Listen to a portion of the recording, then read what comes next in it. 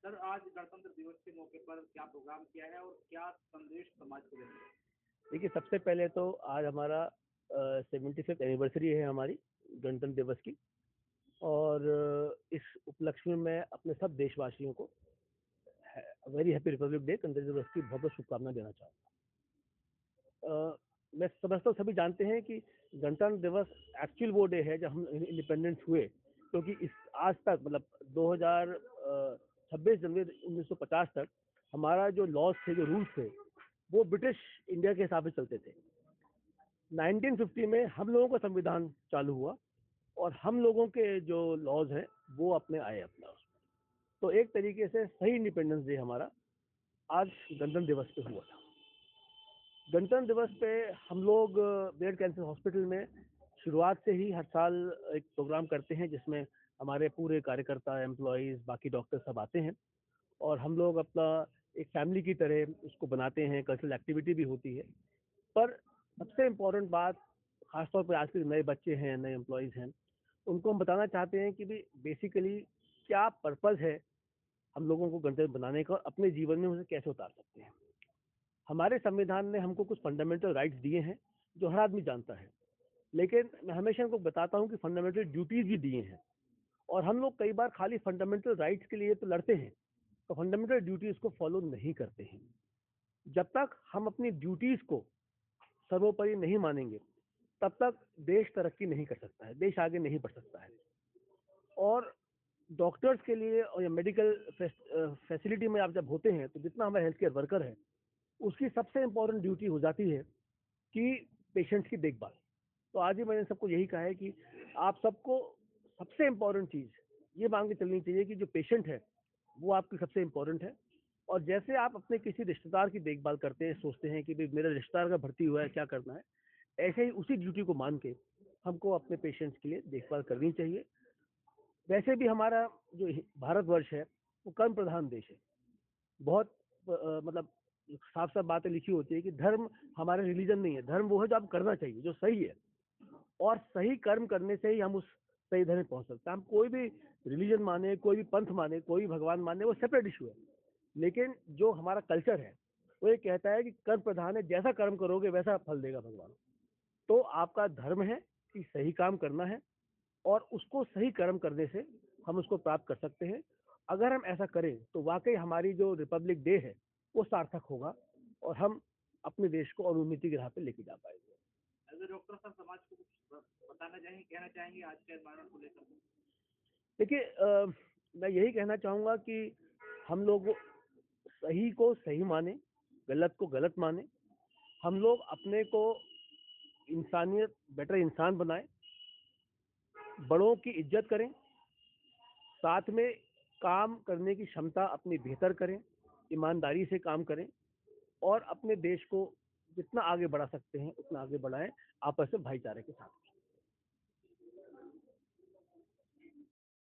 Prem hospital and modular test tube baby centre पिछले 30 वर्षों से निरंतर आपकी सेवा करते हुए अब और भी बेहतर रूप में बिजली बम्बा बाईपास पे भी state of the art infrastructure, 24 घंटे इमरजेंसी एवं ICU, gynaecology, obstetrics, laparoscopic surgery, laser surgery, cosmetic surgery, infertility, paediatrics, NICU, trauma आदि एडवांस्ड सुविधाओं के साथ कैशलेस सुविधा उपलब्ध है। Prem hospital, inspiring healing, empowering lives, near Shoprix mall, Bijli Bamba bypass, Meerut. पूरे परिचय के साथ संदेश क्या है? आज गणतंत्र दिवस है, देश भर में हर्षोल्लास के साथ लोग सड़कों पर हैं, हमारे तिरंगा फहरा रहे हैं, क्या कहना चाहेंगे? मैं doctor Ashu Mittal, laparoscopic surgeon, Meerut cancer hospital. देखिए, हमें ये कहना है कि देखो, भगत सिंह ने देश के लिए कितना बलिदान दिया, चंद्रशेखर आज़ाद ने बलिदान दिया। उनकी आयु क्या थी? सिर्फ 23 और 24 वर्ष के थे। एक ने अपने आप को गोली मार ली, एक फांसी पर लटक गया देश के लिए। आज हम देश के लिए क्या कर रहे हैं? क्या इसी देश की कल्पना करी थी उन्होंने, जहाँ भ्रष्टाचार हो, क्राइम हो, दारिद्र्य को दर्द हो? उनने इसीलिए अपना बलिदान दिया था कि देशभक्त बनो। अब जैसे उनको आज भी एक शतक होने जा रहा है, 1931 की बात है। दोनों एक हफ्ते के अंदर अंदर दोनों की मृत्यु हुई थी। तो आज एक शतक बाद भी उनकी ख्याति और बढ़ रही है, आज उन्हें पूजा जा रहा है और एक सहस्त्र वर्ष बाद भी उनका नाम रहेगा। तो उनके बलिदान का उन्होंने अपने आप को अमर कर लिया। ऐसे हम लोग क्या कर रहे हैं अपने लिए?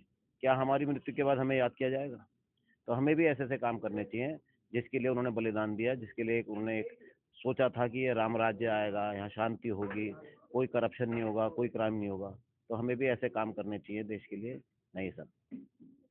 तो साहब एज ए डॉक्टर आप क्या कहेंगे समाज को लेकर के, और जो नए युवा हैं उन्हें पता ही नहीं है कि हमारे जो है वीर सपूतों ने क्या क्या बलिदान दिए, कैसे देश आज़ाद हुआ, कैसे संविधान लागू हुआ, जो हमें आज अधिकार मिले हुए हैं वो कितनी कठिनाइयों से निकल करके मिले।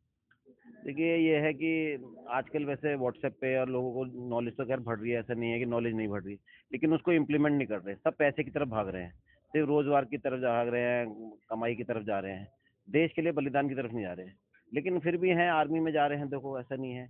कितने गाँव गाँव से लोग आर्मी में जाते हैं, अपने आप को बलिदान कर देते हैं, यंग बच्चे हैं, इतना देश के लिए अपने आप को बलिदान दे रहे हैं, उनका नाम भी नहीं हो रहा, कई मर जाते हैं। जैसे आप देख लो 99 में कारगिल वॉर में कितने मारे गए, 800 करीब सोल्जर्स मारे गए हमारे। आप उनमें से 8 नाम जानते होंगे जिनके ऊपर पिक्चर बनी है, आप इसके अलावा जानते ही नहीं है। तो ये है, ऐसा नहीं है कि बलिदान, बहुत बलिदान वाले हैं आर्मी वाले, जितना बलिदान कर रहे हैं इतना कोई नहीं कर रहा। तो इसी तरह से उनको सोचना चाहिए लोगों को कि आप भी देश के लिए क्या कर रहे हैं। डॉक्टर साहब आप डॉक्टर हैं और बड़े डॉक्टर हैं, और आप भी बलिदान देते हैं, लोगों की जान बचाते हैं, धरती का भगवान आपको कहा जाता है। लेकिन एक जुमला आपके साथ ये जुड़ा है कि आपके बच्चे डॉक्टर ही बनेंगे, आर्मी में नहीं जाएंगे। डॉक्टर का बच्चा डॉक्टर, किसान का बच्चा आर्मी में जाएगा तो करेगा। तो क्या आप संदेश मैसेज देना चाहेंगे कि ऐसा नहीं है कि डॉक्टर के बच्चे भी आर्मी में जाते हैं? नहीं, मैं कितने जानता हूँ डॉक्टर के बच्चे आर्मी में जाते हैं, ऐसा नहीं है। आर्मी में जरूर जाते हैं ऐसे बच्चे, लेकिन हाँ थोड़ा सा कम ये है कि देखो आर्मी में आपको पैसे भी कम मिलते हैं, देश बलिदान भी करना पड़ता है, बहुत सेक्रीफाइस करना पड़ता है, इसके लिए बड़ी हिम्मत चाहिए। और किसान लोग तो देखो सेक्रीफाइस कर ही रहे हैं देश के लिए, तो इसलिए वो सेक्रीफाइस तो देखो अच्छों के बस की नहीं है। माँ को भी सेक्रीफाइस करना पड़ता है, 1-2 बच्चे करने पड़ते हैं, और वही आपने आर्मी में भेज दिए, उनका बलिदान हो गया। तो ऐसी माँ को तो पूजा करना चाहिए जो अपने बच्चों को आर्मी में भेज रहे हैं। 2 बच्चे होते हैं तो दोनों को आर्मी में भेज देते हैं, जिसमें एक बलिदान हो गया, फिर दूसरा बच्चा फिर उसको आर्मी में भेज दिया। तो ये भगत सिंह की माँ है या जितने हमारे आर्मी वालों की है माएँ, उनका तो कोई वो नहीं है, तो पूजनीय है सारे। Swami Vivekanand Subharti University, one of the leading universities of North India. 250 acres campus, 220 plus professional and vocational programs, 20,000 plus students, state of the art infrastructure. Come and give wings to your career with Swami Vivekanand Subharti University, where education is a passion. NH58, Meerut, Delhi, NCR. Ma'am आपका पूरा परिचय और आज Meerut cancer hospital में programme किया है, क्या motive है, क्या कहना चाहिए? मैं डॉक्टर नलिनी मित्तल हूँ। मैं मेरठ कैंसर हॉस्पिटल की सीईओ हूँ and I am also a practising anaesthetist and pain expert. मेरा एक छोटा सा मैसेज है कि हम अपने देश को विकासशील बनाना चाहते हैं, हम सब कुछ अच्छा चाहते हैं इस देश से, तो उसके लिए हमें भी मेहनत करनी चाहिए। आजकल जो जनरल ट्रेंड हो रहा है वो ये हो रहा है कि सब लोग को जॉब्स चाहिए, but they want office job, they don't want to work hard. जो वोकेशनल ट्रेनिंग्स हैं वो बहुत कम होती जा रही हैं। मैं यही कहना चाहती हूँ, हमें अपने बच्चों को समझाना चाहिए कि कुछ ना कुछ वोकेशनल ट्रेनिंग वो लोग लें, ताकि अगर जिन बच्चों को जॉब नहीं मिल पा रही तो वो कम से कम कुछ और तो काम कर पाएँ, कोई और फील्ड में अपना वर्क कर पाए, अपना ही कुछ काम शुरू कर पाए। एजुकेशन सबको मिल रही है, लेकिन सबको अलग अलग लेवल का ही पढ़ पाते हैं। तो जो बच्चे जिन बच्चों की एजुकेशन कम है या जो बहुत ज़्यादा हाई इसमें नहीं जा पा रहे, तो एटलीस्ट उनके पास वोकेशनल ट्रेनिंग होनी चाहिए और उनके मन में इच्छा होनी चाहिए कि हम कुछ करना सीखें और फिर उसको करके अपने लाइफ को बेटर करें, अपने कंट्री को बेटर करने में हेल्प करें। That's all. Thank you.